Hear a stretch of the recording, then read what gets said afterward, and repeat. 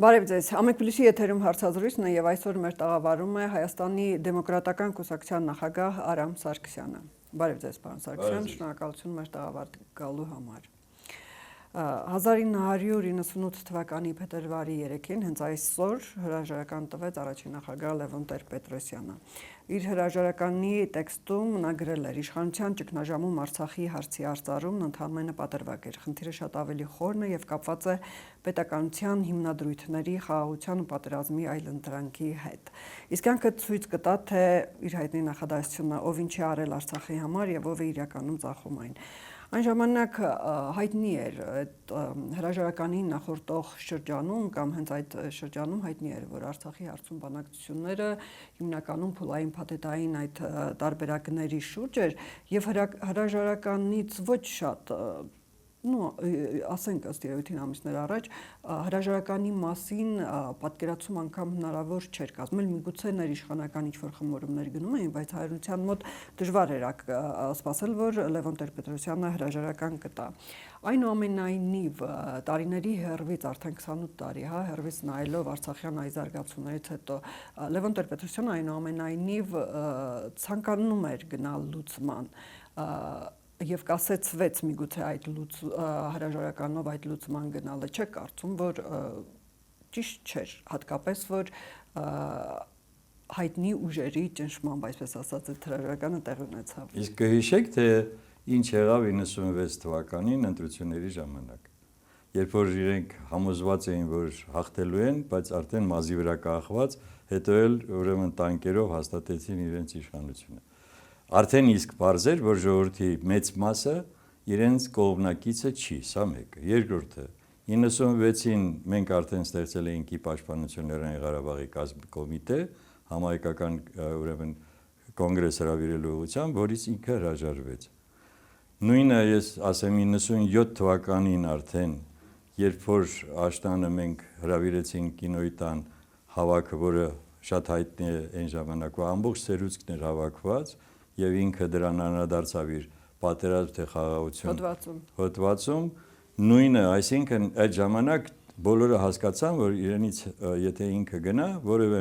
մեկը չի կանգնելու իրեն պաշտպանելու, որովհետեւ մենք այդ հանրահավաքները եւ ցույցերը, որ կազմակերպել էինք,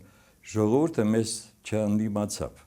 իդեպ ասած, անգամ իր կողմնակիցները, այնպես որ նախապատրաստված էր սա, մեկ Նախապատրաստվածերում կողմից, ներողություն։ Այո, հանրության կողմից, հանրության Այնուամենայնիվ ովքեր էին այդ հայտնի ուժերը, մարմինները, խոսակցություններ կան իհարկե նախկին Հայտնի ուժեր ասելով ինքը ուզում էր իրեն արդարացնել, ասեմ ինչու, որովհետև խոսքը գնում էր այնտեղ Արցախի ինչպես իր 92 թվականին Կոմսոմոլսկայա պրավդա թերթում իր հարցազրույցում երևի չեք մոռացել, ինքը հայտարարեց, որ Լեռնային Ղարաբաղը կարող է լինել միայն ինքնավար հաստատություն Ադրբեջանի կազմում։ Այդ իր առաջարկն է։ Սա է բերել հիմնականում պատճառ է դարձել, երբ որ ձեզ ասած հայտնի ուժերը եւ հանրությունը դեմ դուրս եկավ դրան։ Հայտնի ուժերը հիմնականում նախկին նախագահներին նկատի ունեն Սերժ Սարգսյանի, իրան հաջորդող։ Չէ, այդ ժամանակ իրենք նախկին նախագահ չէին, իրենք ընդամենը իրենք ընդամենը վարչապետ եւ իրենք օգտվեցին, նորից եմ կրկնում, այն վիճակից պետք է վերլուծել ամբողջը, որ տեսան, որ չի լինելու այդպիսի մեծ դիմադրություն, ինքը մնացել է միայնակ, ինքը մնացել է իր խմբակի հետ։ Բայց չէ կարծում, որ այնուամենայնիվ նրա կոնցեպտը այսօր արդեն կոնցեպտը կարող եք ասել։ Օրինակ ինքը հակադարձելով նույն այդ հոդվածում ձեզ ասում էր, որ թյուր է այն տպավորությունը, որ Ղարաբաղի հակառակորդ Ադրբեջանը, Ղարաբաղի հակառակորդը միջազգային հանրությունը, հիշում եք այդ տողերը, եւ որ միջազգային հանրությունը այդպես էլ Ղարաբաղին ինքնորոշված կարգավիճակով կամ Հայաստանի հետ կամ անկախ չընկալեց, նա ընկալեց Ադրբեջանի կազմում։ Չի եղել այդպիսի բան։ Եթե այդպես լիներ, չէ՞ դե ախր փաստերով պետք է խոսենք։ Եթե դուք հիշում եք, որ Մինսկի խումբը ստեղծվեց ԵԱՀԿ-ի կողմից, միակ կոնֆլիկտն է եղել հետ խորհրդային տարածքում, որի վերաբերյալ ԵԱՀԿ-ն ընդունել է համապատասխան որոշում, ստեղծել է Մինսկի խումբ եւ համանախագահներ է նշանակել ուրեմն անվտանգության խորհրդի 3 պետությունների ղեկավարներին։ Այսինքն, եթե դրանք համարեին, որ դա Ադրբեջանի կազմում է, այլևս այդպիսի շարժում չէր լինի։ Եվ բացի դրանից, իրենք շատ լուրջ են զբաղվել դրանով։ եւ ամեն տեղ իրենց առաջարկ ես եղել եմ նաեւ նախագահի խորհրդական արտաքին հարաբերությունների գծով, այո, եւ 1 տարի։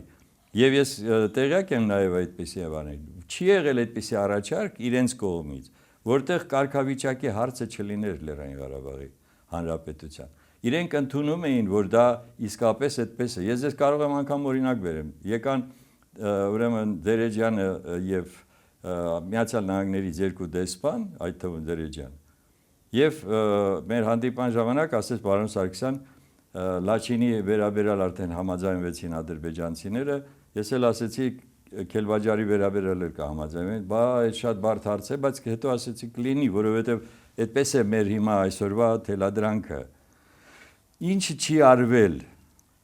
արվել այն ժամանակ, երբ որ 94 թվականին աղաչեց Ադրբեջանը, որպեսզի կասեցվի եւ կանգնեցվի այդ պատերազմական գործողությունները, հայկական կողմը չարեց այն, ինչ որ անում է հիմա Ալիևը։ Այսինքն չասեց մենք հաղթողն ենք, մենք պահանջում ենք, որ դուք հիմա ճանաչեք, որ Լեռնային Ղարաբաղ այլևս ձեր կազմում չի։ Եթե 94 թվականին սա էլ արված լիներ, մենք արդեն այդպիսի խնդիր չէինք։ Գիտեք, այն ժամանակվա թե պատերազմի մասնակից ոչ իհարկե շարքային կռվողները առանցքային եւ մարդիկ քաղաքագետներ, նաեւ գործիչներ կան, որոնք ասում են, որ պարզապես Ռուսաստանը դա թույլ չտվեց։ Էլի նորից գալիս են նորից եմ կրկնում եռանախագահություն։ Եվ որ այդ պատերազմին վերևից ինչ որ կերպ հսկում էր նաև Ռուսաստանը, ինչպես որ Ռուսաստանը 44-օրյա պատերազմ։ Ռուսաստանը պետք է հետևեր, որովհետև սա իր այսպես ասած ազդեցության գոտին էր, այդպես էր համարվում, եւ ամեն կերպ նա հետխորհրդային տարիներն էին, եւ դեռ այդքան չէր թույլացել կապերը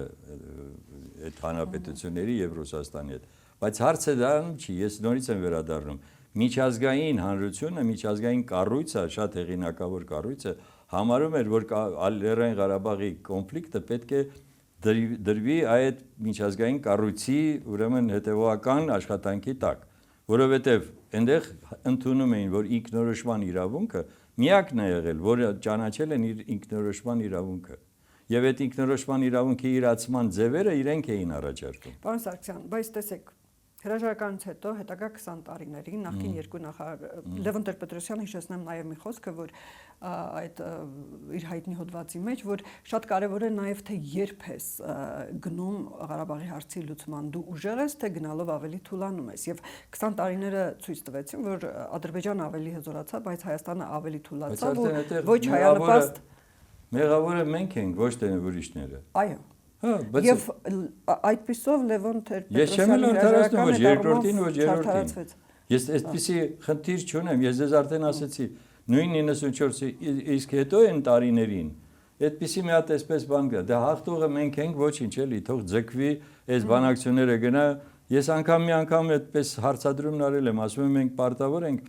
աշխարհին բոլորին ասել, թե նոտա ուղարկել բոլոր պետություններին, այդպիսի կարգ կա միջազգային։ Բոլոր պետություններին նոտա ես ուղարկում, թե դու քո դիրքորոշում այս հարցում որն է, որպեսզի մարդիկ հասկանան, ինչ է, մենք ասում ենք Լեռնային Ղարաբաղը հայկական տարածք է։ Դուք հիմա գիտեք Բուրկինա Ֆասոն ում տարածքն է, օրինակ եմ ասում։ Նույն աշխարհը ասում է, իսկ ով ասեց, որտեղից։ Մենք պարտավոր ենք դա հիմնավոր ձևով ներկայացնել, եւ պատմական, եւ իրավական հատկապես։ Մենք կենտրոնացել ենք իրավականի վրա եւ ճիշտ էինք արել, որովհետեւ իրավական տեսանկյունից Ադրբեջանը 0 էր։ Ես ես մի ուրիշ օրինակ բերեմ։ Ես մասնակից եմ եղել 6 տարի ուրեմն Սնիգիրում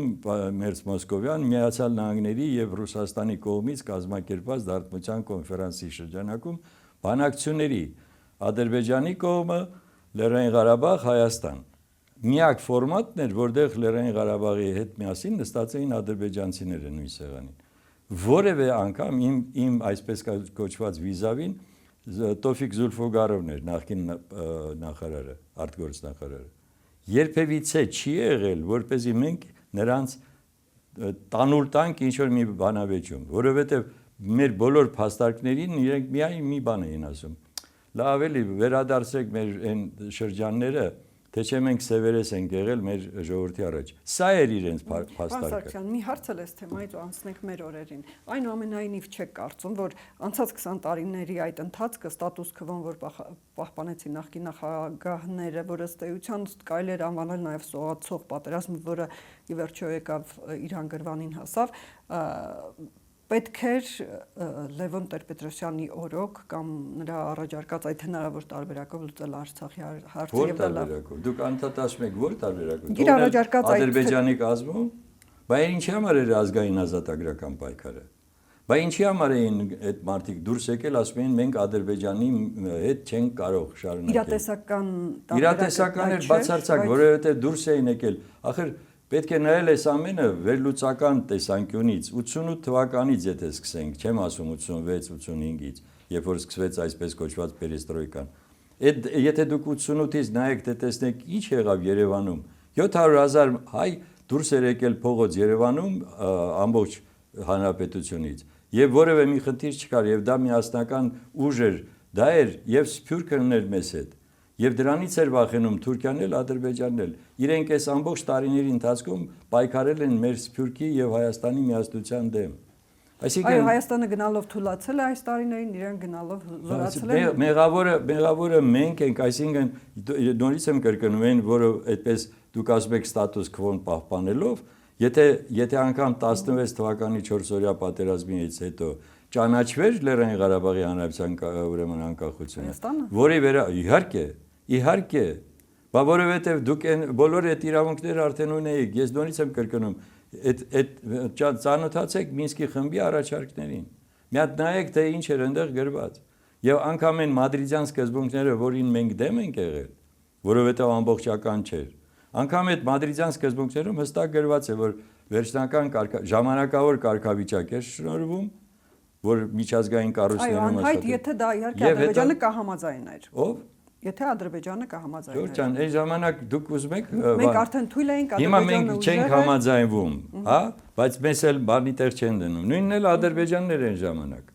Ախր դուք 16-ին։ Այո, 16-ին էլ, ինչու՞ չէ։ Եթե դուք 4 օրը պատերազմից հետո, դուք գիտեք ինչ է եղել 4 օրից հետո։ 4 օրից հետո Ադրբեջանի ուրեմն ղեկավարը գնացել է Մոսկվային խնդրել, աղաչել, որպեսզի կանգնեցնեն։ 1. Երկրորդը Թուրքիայի հակառակն էր ասում, հայերն են խնդրել։ Հայերը որ խնդրեին Ադրբեջանը ինչի՞ պիտի համաձայնվեր, որ հաղթող է ինքն էր։ Եվ երկրորդը եւ նույնը եղել է ուրեմն այդ Ռեջեփ Էրդողանը 16 թվականին այնքան զայրացավ Ալիևի վրա, այս փոքրի, որ ինքը վերցրեց իր վրա ամբողջ ղեկավարությունը։ Սա լուրջ դավադրություն է ախր, ո՞նց չեք ուզում ընդունեք դա։ Սա դավադրություն է Հայաստանի դեմ։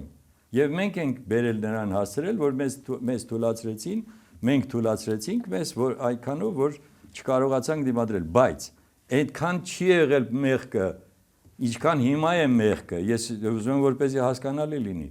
Այն ամենը ինչ որ դրվեց առաջի օրվանից Նիկոլ Փաշինյանը ինքը հայտարարեց եւ ես որ չեմ հիշում, որ թվականից ինքը գրում է թե Արցախը մեզ պետք չի, Ղարաբաղը մեզ պետք չի, ես կոպիտ եմ ասում։ Ինքը եկավ ու արեց այդ ամբողջը։ Եվ հիմա էլ արդեն մենք եկել ենք այն վիճակի, այդքան էլ մենք թույլ չենք, եթե մենք չպարակտեինք մեր ազգը, ինքը այդպիսի գործողություններով չշարժվեր։ Եթե Սփյուռքը լիներ մեզ հետ միասնական, ելի նորից չէր լինելու այս իրավիճակը։ Թուրքիան ամեն անգամ ամեն ձևով արել է դա։ Խոսել է։ Պատկերացումները կարծում եմ չափազանցացված է ամեն դեպքում։ Որը Եթե Սփյուռքը համախմբվի ու օգնի իհարկե չթերագնալով, բայց կարծում եմ մենք չափազանցացրել ենք ժամանակին։ Կարող եք դուք ինձ ասել։ Իհարկե մեծ հարստություն է, բայց մենք չափազանցեցնում ենք հնարավորությունները։ Դուք ընդհանրապես հաշվարկել եք մեր ներուժը, ազգային ներուժը։ Որևէ մեկը այդ բանը կատարել է, տեսնի թե աշխարհով մեկ ծրված Հայաստանը, հայ ժողովուրդը ինչպիսի ներուժ ունի եւ ինչպես կարելի է այդ ամբողջը կազմակերպել։ Եվ ինչպես կարելի է դրան հрьяաները որ արել են իրենց համապատասխան ձևով այդ շատ բարդ է, հա, որ մենք էլ անենք։ Լավ, պարոն Սարգսյան, մեր օրերին գանք նախընտրական շրջանն է, բոլոր կուսակցությունները պատրաստվում են ընտրությունների, արդեն քարոզարշավ է սկսվել, բայց քարոզարշավին մի քանի ամիս էլ կա, գնում են շրջաններ, հանդիպում են մարդկանց հետ, ներկայացնում են ծրագրեր, բայց դեռ ծրագրային դրույթներ, բայց ծրագրեր դեռ չկան։ Քննարկում են նաև որոշակի դաշինքներին վերաբերող հարցեր, որովհետև օրինակ Ռոբերտ Քոչարյանը շարունակելու է արդեն հայտարարեց իր դաշինքով ըստ երևույթին ազդարարեց եւ վարչապետի տեխնացուն ինքն է լինելու, ըստ երևույթին կլինեն նաև այլ դաշինքներ, բայց ընդդիմության համախմբում հավանաբար ամբողջ համախմբում չի լինելու, չէ՞։ Դուք ինչպես եք կանխատեսում։ Չի լինի այդպիսի բան, որ ամբողջ ընդդիմությունը միասնական հանդես գա։ Ես ունեմ իմ պատկերացումը եւ տարբերակը, որը մենք հիմա քննարկում ենք եւ մեր կուսակցությունում եւ միասին շարժման խորհրդում, իդեպ ասած վաղը եւս այդ խորհրդի նիստն է լինելու միասին շարժման եւ մենք կգանք որոշման։ Ինչ վերաբերում է թե ինչ ֆորմատով, դա հələ դեռ այսօր վաղ է ասել։ Կգաք որոշման, թե դուք ինչ մասնակցելը կմասնակցենք, որ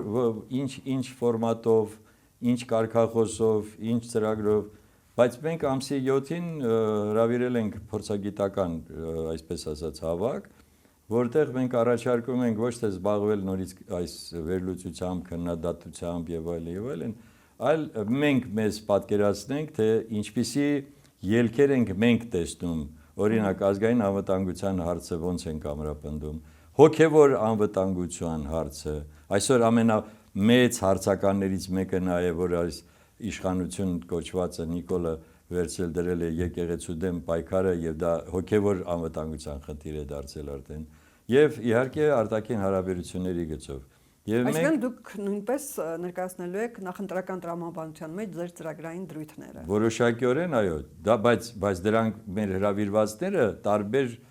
կառույցների տարբեր հասարակական կազմակերպությունների անհատներ են եւ նաեւ կան իհարկե քաղաքական մենք ընդհանրապես առաջարկում ենք դա պետք է լինի մի համապարփակ այդ ժամանակ կարող է լինել համապարփակ մի ծրագիր որը կապ չունենա այն գաղափարախոսության հետ որը դու կրում ես օրինակ մենք սոցիալ-դեմոկրատներ ենք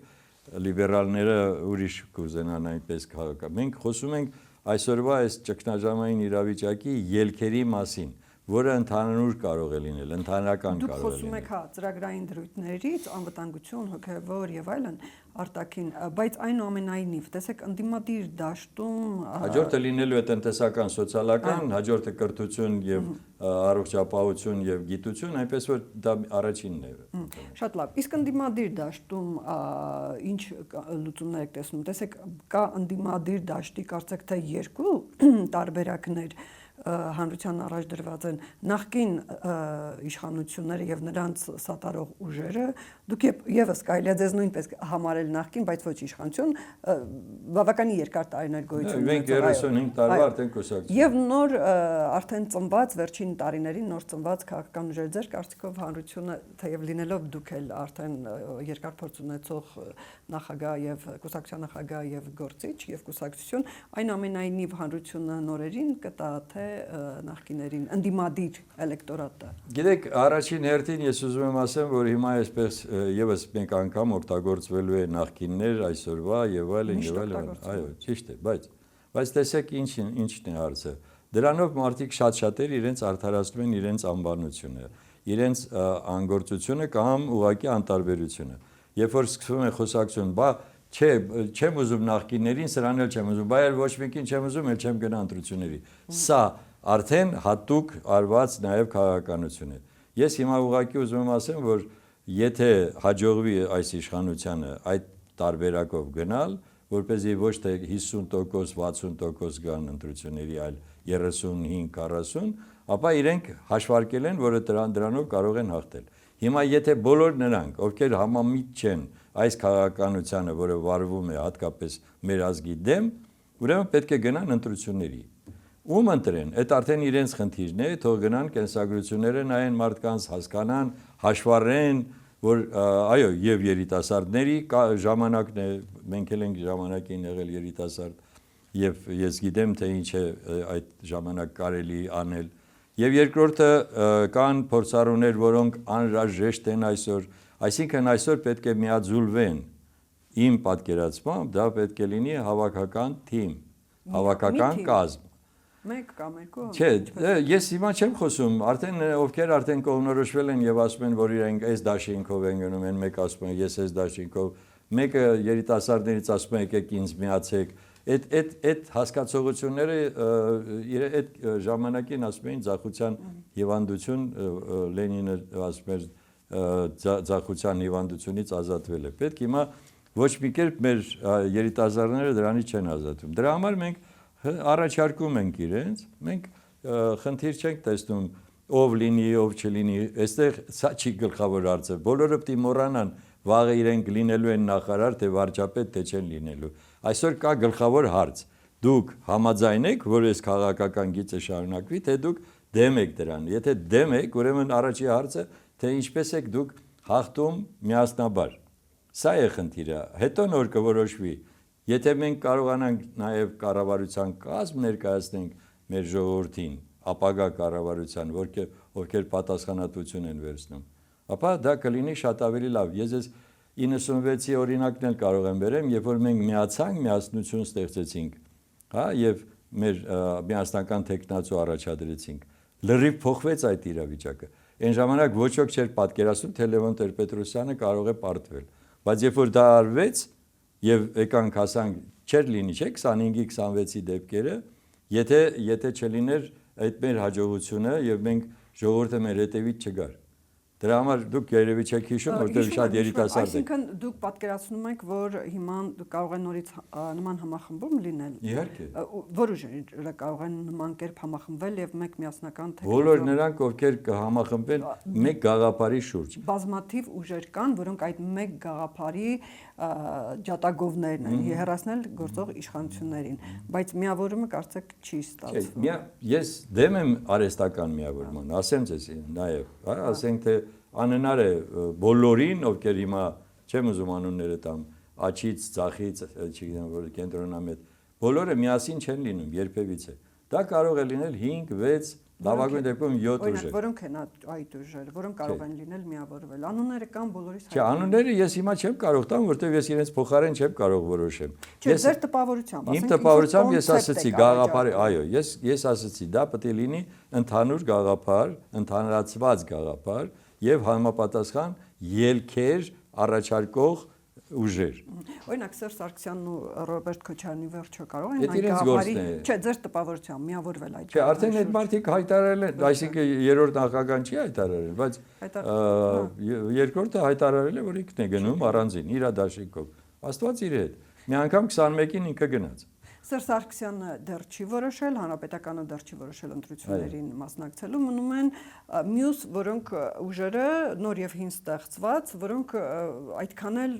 ամեն դեպքում կշիռ չունեն քաղաքական դաշտում։ Գիտեք, հիմա ասենք թե Սամվել Կարապետյանը նոր շարժում է սկսել, չէ՞։ Տեսեք, եւ իր կարողությունները գնահատվում են եւ ճիշտ են գնահատվում, որովհետեւ ինքը իր գործունեությամբ հաստատել է, որ ինքը որպես տնտեսավար Համե ֆինանսական կարողություն։ Չէ, ոչ միայն ֆինանսական։ Չէ, մարդը որպեսի ձևավորեր այդ ֆինանսական կարողությունները, պետք է շատ լուրջ ծրագրեր իրականացնել, ինչը արել է ինքը Ռուսաստանում եւ այլ երկրներում, որքան ես գիտեմ։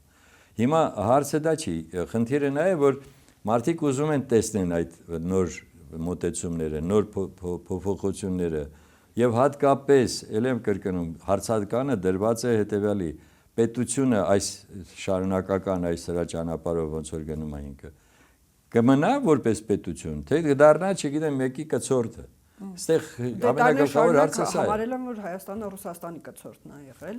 Ժորժ ջան, եկեք այսպես, հա, մենք ոչ մեկի կցորդ չպետք է լինենք, մենք պետք է լինենք ինքնուրույն պետություն, որը պետք է ունենա բարեկամներ։ Այն բարեկամներին, ում հետ դուք չի կարող պատահի այնպես լինի, որ 100% ուրեմն համընկնի ձեր եւ նրա շահերը։ Ուրեմն դուք պետք է կարողանաք այնպիսի ձևավորեք այդպիսի շրջապատ ձեզ համար, որպեսզի ամրապնդեք ձեր պետության անվտանգությունը, սա է գլխավոր հարցը։ Իսկ Սամվել Կարապետյանի շուրջ մեր ձևովի կամ ուժեղ Հայաստան, եթե չեմ սխալվում նրա կուսակցությունը, մյուս ուժերը կհամախմբվեն, բազմաթիվ Արման Թաթոյան գոյություն ունի, կան, շատերը կան, հարցը դա չի։ Էդմոն Մարուկյան կա, ապրելու երկիր կա, հայրենիք կա, Հիմա հարցը, այո, հարցը հետևյալն է։ Ինչ է ուզում այդ կուսակցությունը։ Արդյոք ինքը ուզում է այդպիսի համախմբում, թե չի ուզում։ Մենք չգիտենք։ Մենք պատրաստ ենք բանակցել, դեռ չենք բանակցել, բայց եթե անգամ իրենք իրենց սեփական ուժերով են գնում, ես կարող եմ ասեմ, որ որևէ մեկը, որևէ մի քաղաքական ուժ, այդ ես փորձից եմ ելնում, այն էլ իշխանական ամբողջ լծակները, երբ որ իշխանության ձեռքին են, ուրեմն որևէ ուժ չի կարողանալու հաղթել միայնակ, այսինքն 50% վերցնի ինքը, սա մեկ, ընդդիմադիր ուժերից։ Նույնը չի կարող անել նույն այսօրվա իշխանությունը, եթե չգնա կեղծիքների կամ չգիտեմ շատ ավելի ռեպրեսիաների, որը հիմա անում է։ Այս ռեպրեսիաներով այսօրվա իշխանությունը չեն կեղծել ընտրությունները, դա բոլոր կուսակցությունները փաստել են անկապարտվողները։ Կեղծելու հարցը մի քիչ այլ է, դայած ինչի նկատի ունեք, բայց այդ թողնենք հիմա, հարցը դա չի։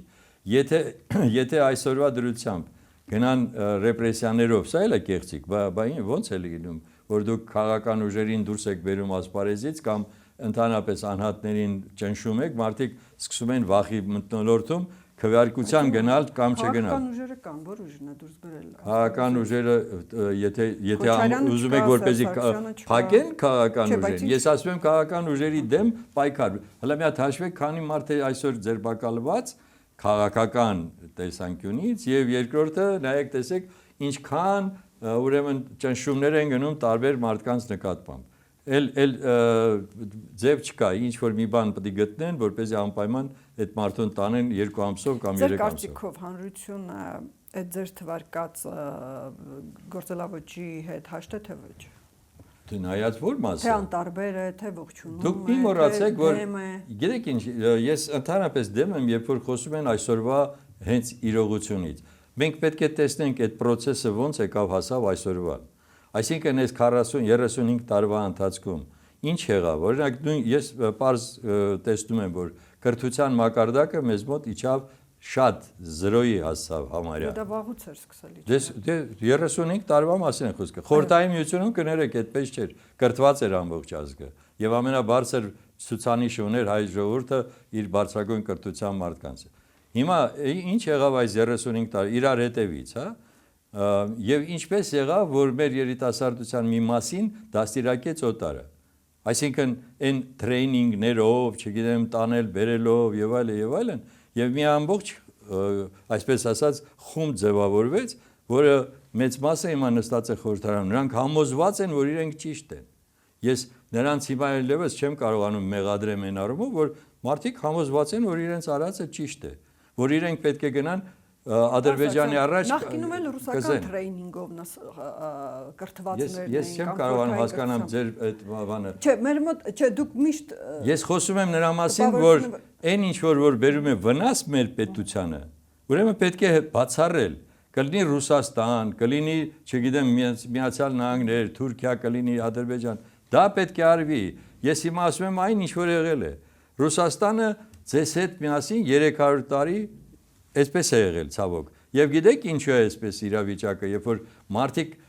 նստած շատ-շատերը ասում են, «Բախի ռուսը չարեց, բախի էս ինչ է սենց արեց, բախի ինչի մեզ դավաճանեց, բախի» Դուք այս սովորել են 300 տարվա ընթացքում, որ ոչ թե իրենք են լուծում իրենց ճակատագիրը, այլ քերին ա գալու, ռուսն ա գալու։ Եվ դա պետք է դուրս բերել մարդկանց մեջից։ Եվ եթե դուք ուզում եք, որ լինեք սուվերեն պետություն, դուք դա պետք է կարողանաք դաստիարակեք ձեր ժողովրդի, ձեր երեխաների մեջ, որպեսզի այլևս դուք չասեք, ես ձեզ օրինակ եմ բերում, ո՞ն ինչ գործ ունեն գաղթի ծառայությունները Անգլիայի, Միացյալ Նահանգների ղեկավարները, որոնք կան Հայաստանում աղքի քարտուղարի հետ, չգիտեմ, այստեղ քննարկեն, հետո տանեն Անգլիա եւ Միացյալ Նահանգներ գաղտնի ծառայությունները քննարկելու կամ համագործակցելու խնդիր ունեն։ Այստեղ գաղտնի ծառայությունները այդպիսի գործողություններ երբևիցե չեն անում բացահայտ, երբ որ գալիս են ձեր պետության ղեկավարների հետ համապատասխան բանակցություններ վարելու։ Առավել եւս եթե բացահայտ է, ուրեմն շատ հագցի։ Ուրեմն ոչ մի հարց չունեն իրենք այդ առումով։ Այդ է խնդիրը։ Դուք թույլ տվեք ասելու, որ ես վերջ-վերջով նաև պետական կառավարման փորձ ունեմ եւ ես գիտեմ թե ինչպես է լինում դա։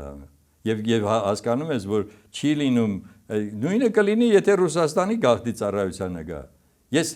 տարբերություն չեմ դնում։ Ես խոսում եմ նրա մասին, որ դուք եթե սուվերեն եք, Ուրեմն պետք է հասկանաք, Գաղտնի ծառայությունները չպետք է համագործակցեն տվյալների դուք պետք է պետության մակարդակով, դուք պետք պետության մակարդակով պետք է համագործակցեք։ Պետության ղեկավարը ղեկավարի հետ է համագործակցում։ Տեսեք, պարոն Սարգսյան, պետության ղեկավարը ղեկավարի հետ, կրթության նախարարները քննարկելու ինչ որ հարցեր ունեն կրթության նախարարների հետ, էկոնոմիկայի Եթե ազգային անվտանգության ծառայության պետի հետ նրանք քննարկեին, ես կասեի, այո, ինչ որ հարցեր կան, որոնք իրենք պետք է իրան հետ համապատասխան ձևով կարգավորեն։ Բայց կրկնում եմ ձեզ, մի շարք, եթե ձեր քարտուղարին, աղքի քարտուղարին տանում են Լենգլի, հա, շտաբկայան, ՑՌՈ-ի, որը շատ գաղտնի է, շատ փակ է, ապա դուք պետք է ինչ-որ մտածեք, դրանից հետո արի մի հատ ասա դու ինչ էիր անում այնտեղ, ինչ էիր քննարկում։ Բոլոր երկրներ, որ գնան, մեր անվտանգության ծառայության Անվտանգության ծառայությունը չի։ Ես ձեզ ասում եմ անվտանգության խորհրդի քարտուղարը։ Նա կարծում եմ վերջերս նաև Ռուսաստան էր գնացել։ Թվարկում եմ ինչու եմ Ռուսաստանը հիշում, դուք գնացել եք, դրա համար հիշում եմ։ Ամերիկայել էր գնացել, դրա համար հիշում եմ։ Ես չգիտեմ գնացել է ում հետ է հանդիպել, ինչ արել, հարցը դա չի։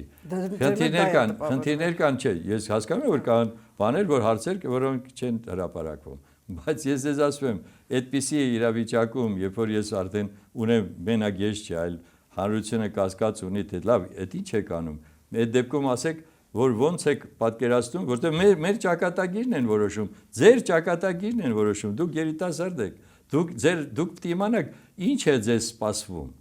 Իսկ եթե դուք վաղը տեսնեք, որ այն ինչ որ իրենք անում են ձեզ համար ընդունելի չի, ինչ եք անելու, ինչ եք ասելու։ Լավ, վերադառնալով նորից ընտրական գործընթացներին, պարոն Սարգսյան, շատ մեծ նորություններ դժվար թե, հա, մեր համար անակնկալ միավորումներ, անակնկալ նախընտրական շրջան կամ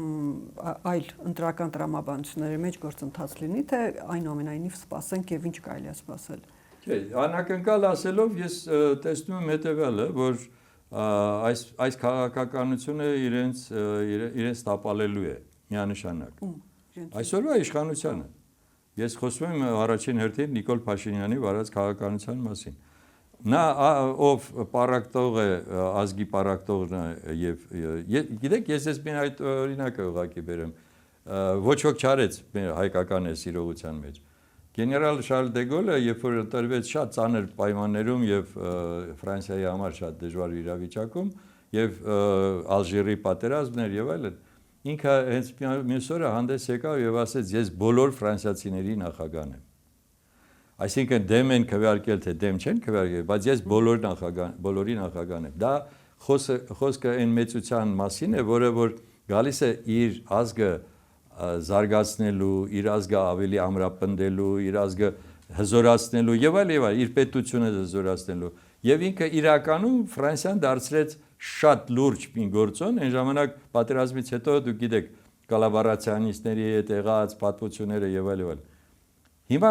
նույնը չեմ ուզում շատ կենտրոնանամ, օրինակն եմ ասում։ Նա հանճարեղ մի անձնավորություն էր։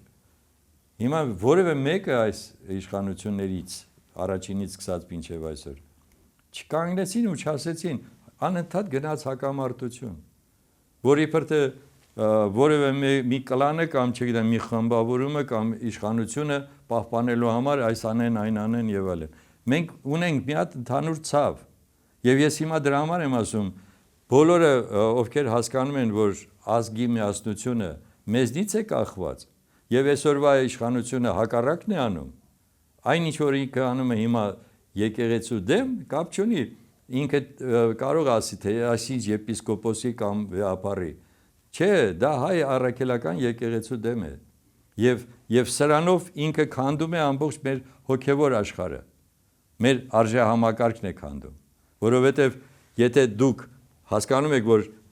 ձեր հակառակորդը, ձեր թշնամին, որը Թուրքիան է եղել դարավոր, ինքը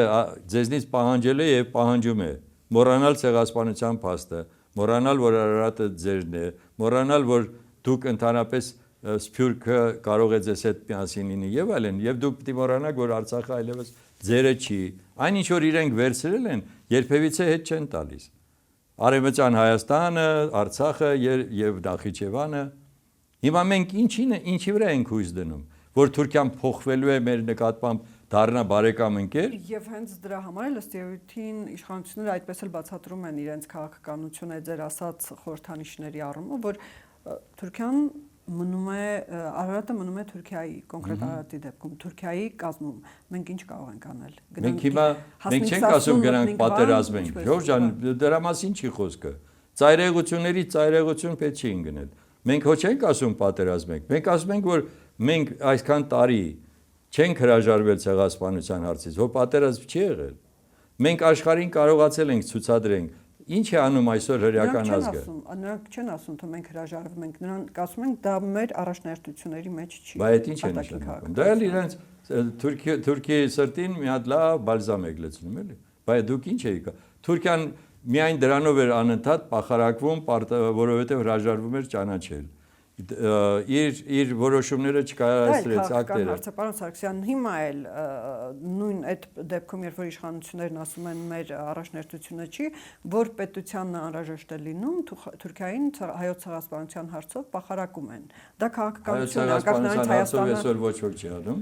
որովհետև այլևս եթե Իսրայելին հիշել։ Այդ նույնն էր, երբ որ մենք ասում ենք ինչու չեն ճանաչում Լեռնային Ղարաբաղի Հանրապետության ուրեմն անկախությունը։ Մարդիկ ասում են առաջին հերթին դուք ճանաչեք, որ մենք էլ ձեզնից հետո որոշենք ճանաչենք թե չճանաչենք։ Դուք պետք է հիմնավորեք ինչու։ Հիմա նույնն է սա է։ Կար որ ճանաչումը Լեռնային Ղարաբաղի անկախության ճանաչումը դա արդեն պատերազմ է։ Ժորժ ջան, պատերազմը գնում էր։ Պատերազմը եղել էր։ Պատերազմը 94-ին կասեցվել էր։ Էլ եմ կրկնում։ Գիտեք ինչ էին ասում։ Ասում էին դուք կհամաձայնվեք մեր ադրբեջանցիները, երբ որ բանակցում էինք։ Ասում էին դե դուք հաղթող կողմն եք, դրա համար էլ այսպես եք խոսում։ Այսինքն նրանք ընդունում էին, որ մենք հաղթող։ Ես Մութալիբովի հետ, երբ որ Պոլիտբյուրոյում իր խոսքը եղել է մենակ խնդրանք։ Ինքը եկել է ինձ խնդրել։ 91 թիվ։ Որովհետև շատ վաղ էր եւ մենք ուժեղ էինք։ Մենք հələ դեռ չէինք։ Պատերազմից հետո մենք դեռ չէինք 91 թվականին մենք հələ դեռ նոր անկախությունը կորցրած նոր պետք է կորցնեինք, հələ դեռ այս ներողություն անկախությունը նոր պետք է ձեռք բերեինք։ Մենք խոսում ենք դրա մասին, որ այն ժամանակ իրենք տեսնում էին մեր համախմբվածությունը, գիտեին եւ իրենց մոտ որոշակի միֆել կար հայերի ուժի վերաբերյալ, դա էլ ասեմ ձեզ։ Իրենք ավելի շատ դուք տեսեք չեք պատկերացնում, իրենք շատ ավելի սփյուռքից էին ահաբեկված, քան ասենք նույն Հայաստանից, որովհետև սփյուռքի իրենց կարողությունները իրենք արհեստական սփյուռք ստեղծեցին մեզնից հետո։ Պարոն Սարգսյան, մի հարց էլ նախընտրական դրամաբանության մեջ ընդդիմությունների ողջ կարողությունը, ռեսուրսները դուք տեղյակ եք, համախմբվածությունը պարակտում է, ըստ ձեզ հնարավոր է նրանք հաղթեն այս ընտրություններին եւ իշխանություն լինի, այո։ Իհարկե, միանշանակ հնարավոր է։ Այս հասարակական այս տրամադրություններով, ընդդիմության գործունեությամբ ելնելով։ Տեսեք այսպես, հա, ել եմ կրկնում, հայաց ինչ գլխավոր հարց են դնում իրենց առջև։ Եթե հետո են որոշում, որ իբր կոալիցիա կձևավորվի, իսկ կոալիցիան անխուսափելի է, միանգամից ասեմ ձեզ։ Դա կլինի այս պահին թե հետո, միևնույն է լինելու է կոալիցիա։ Եվ այդ կոալիցիան պետք է ձևավորվի ըստ իս հիմա։ Ում կվստահի մեր ընտրողը, այս է գլխավոր հարցը։ Ինքը կվստահի նրանց, ովքեր իրենց հետևից էլ շլեֆ չունեն, որ անընդհատ կա ռեյտինգ, կա հակառեյտինգ, դա էլ հաշվի առեք։ Դա էլ է պետք տեսնել, հա։ Գնահատելուց, երբ որ դուք ուզում եք գնահատեք, դուք պետք է նայեք լավ, այսքան ունի 10% կամ 15%, իսկ ինչքան չունի։ Եվ դա շատ հետաքրքիր իրավիճակ է։ Մենք արել ենք հարցումները, ես դրա համար հələ դեռ չենք հրապարակում, բայց նորից ենք անելու, որպեսզի համոզվենք, որ մենք ճիշտ ենք։ Եվ երկրորդը, կոալիցիան ձևավորվում է, կրկնում եմ, միայն այն դեպքում, երբ որ դուք գլխավոր հարցերի շուրջ այս պահին ձևավորում եք այդպիսի միասնություն, սա մեկ։ Եվ երկրորդը, այս ընտրություններից հետո, երբ որ իշխանությունը փոխվի, եւ եթե չլինի այնպիսի ամուր կոալիցիա, որը որ կարող է ամբողջական ծրագիր իրականացնի, անխուսափելի է նոր խորհրդարանական ընտրությունները, անխուսափելի է։ Կլինի ժամանակավոր կառավարություն, կլինի, չգիտեմ, այսինչ այնինչ եւ այլն։ Եթե ընդդիմությունը հաղթի, արտահերթ ընտրությունները կարող են։ Բայց այդ արդեն մի 2 տարի հետո, որտեվ սահմանադրության համապատասխան, որտեվ տեսեք, այս լիազորությունները, որը դրված են այս սահմանադրության մեջ, մեկ անձի վերաբերյալ, վարչապետին, հա, ամբողջական ինքնին հասկանալի է, որ իհարկե գայթակղությունը ահռելի մեծ է, որ ես ստացել եմ այս ամբողջ ինչի պիտի կիսվեմ, ինչի պիտի ուրիշին տամ, ինչ է նշանակում այսօրվա նախագահ կոչվածը, ոչ մի բան, բացարձակ, հա, դատարկ մի բան, տեղ, որը պյատ աթոռ է զբաղեցնում եւ ամբողջ մի հատ ապարատ։ Ուրեմն լիազորությունների տեղաբաշխում պիտի լինի, չէ, սա շատ լուրջ հարց է։ Ուրեմն լիազորությունների վերաբաշխում պիտի լինի միանշանակ։ Եվ պետք է հակակշիռներ լինեն իշխանության։ Եթե գալիս է մեկը, որը ասում է, չէ, ես այս նույն լիազորություններով եմ ուզում շարունակեմ կառավարել, ոչ մի բան չի փոխվի։ Իսկ եթե մենք համաձայնվում ենք, որ լիազորությունները պետք է վերաբաշխվեն, վարչապետը պետք է ունենա իր սեփական լիազորությունները ամբողջ տնտեսությունը կառավարելու։ Նախագահային որոշակի այլ լիազորություններ է պետք տալ, հատկապես արտաքինի եւ կադրայինի եւ այլ։ Եվ նույնը ազգային ժողովը այսօր ընդամենը բան է, դակողն է վարչապետի որոշումների։ Միշտ այդպես եղել։ Հա, բայց հիմա պետք է փոխել, դա արդարացում չի։ Արդարացում չի, ուղղակի հիշեցի։ Այն որ լավը եղել է, լավը պետք է պահել, վատը պետք է հեռացնել։ Տեսեք, իշխանությունները չեք կարծում, որ այնուամենայնիվ իրենց վերջին ձեռքբերումներով, գործողություններով, միջազգային այդ համաձայնագրերի Ամերիկայում հատկապես ստորագրումով բավականին դրական դիրքեր ապահովեցին իրենց համար ընտրություններում։ Տեսեք, այսպեսի Թրիպը նկատի ունեմ, նաև բակերեսային մոտեցումը մեր ժողովրդին բնորոշ է։ Պայմանավորվածությունները։ Հա, ես հասկացա։ Շատ մակերեսային այսպես բան է։ Վայ, թրիպ ենք, հա, կառուցում։ Ուրեմն եկեք տեսնենք դրա տակ ինչ է։ Ես երբ որ առաջի ինֆորմացիան եկավ, 76% ամերիկացիներին էր, 24-ը Հայաստանին։ 74 ամերիկացիներ։ Հիմա ես գիտեմ։ Հետո հասկացան, որ դա խայտարակությունը ավելի շատ, քան պատկերացումը ուղղակի չէ, 24-ը որտեվ ձայն էլ չես ունենալու, 25% պիտի գոնե ունենաս, որպեսզի ձայնի իրավունք ունենաս այդ խորհրդում։ Դրա համար դարձավ 26-74, սա մեկ։ Երկրորդը, եթե դուք ձեր տարածքը 99 տարով հանձնում եք մեկ ուրիշին, տարածքը, ուրիշ բանը, երբ որ դուք տվել եք Զվարթնոց օդանավակայանը, չգիտեմ, անգամ երկաթ գիծը եւ այլն, դա լրիվ ուրիշ է, կոնցեսիոն բաները։ Դուք տարածքն եք տալիս եւ վերահսկողությունը տալիս եք ուրիշին։ Դուք հասկանում եք դրա տակ ինչ կարող է լինել։ Մենք հիմա Տրամփն է այսօր, որը իբր բարեացական է մեր նկատմամբ։ Օրինակ եմ ասում։ Հայաստանին կառավարումն եմ։ Չէ, ամերիկյան ընկերություն։ վերահսկողությունը չկա, եթե ձեր սահմանապահները եւ ձեր ուրեմն մաքսատունը այնտեղ կանգնած չի լինելու։ Եթե դուք ստիպված եք լինելու ամբողջովին թույլ տակ այն ամենը գնա որը ստիպված չէ, հայկական կողմն ասում է, որ մենք հայկական կողմը ինչ էլ ուզում է ասի։ Հայկական կողմը ինչ որ ասում է, հիմա պետք է տեսնել, իսկ ոնց եղավ, որ Ադրբեջանը պահանջում է եւ ստանում է, ինչ որ ուզում է։ Այդ պատրվակով 300,000 ադրբեջանցի որ գա Հայաստան, դուք պատկերացնում եք այդ դեմոգրաֆիկ փոփոխությունը։ Դուք ընդհանրապես պատկերացնում եք, թե եթե այդ ճանապարհով վաղը մյուս օրը իրենք հորինեն մի պրովոկացիա անեն, ասեն, տեսեք, մեր անվտանգությունը դուք չեք կարողանում ապահովեք, մենք բերելու ենք մեր զորքերը։ Թրիպը ինքնին արդեն ամերիկյան ներկայություն անվտանգության։ Չէ, ամերիկյան ներկայություն չի դա։ Երաշխիք չի։ Չեղավ։ Ամերիկյան ներկայություն չի, դա ընդամենը լինելու ամերիկյան կամպանիա, որը հայ-ամերիկյան։ Հա, թող լինի հայ-ամերիկյան, որը ամերիկյան կողմը, որը ունի 76%, 74%, ինքը իր մասնաբաժինը կարող է տրամադրել մեկ այլ երրորդ պետությանը։ Եվ դուք ոչինչ չեք կարող անել։ Եթե Հայաստանը համաձայնություն։ Չէ, այդպիսի բան չկա, 24%, 26% ունեցողը ինչ իրավունք ունի 74-ին ասի չէ։ Դե ախր այդ ամենը մի ընդունեք հալած յուղի նման ախր։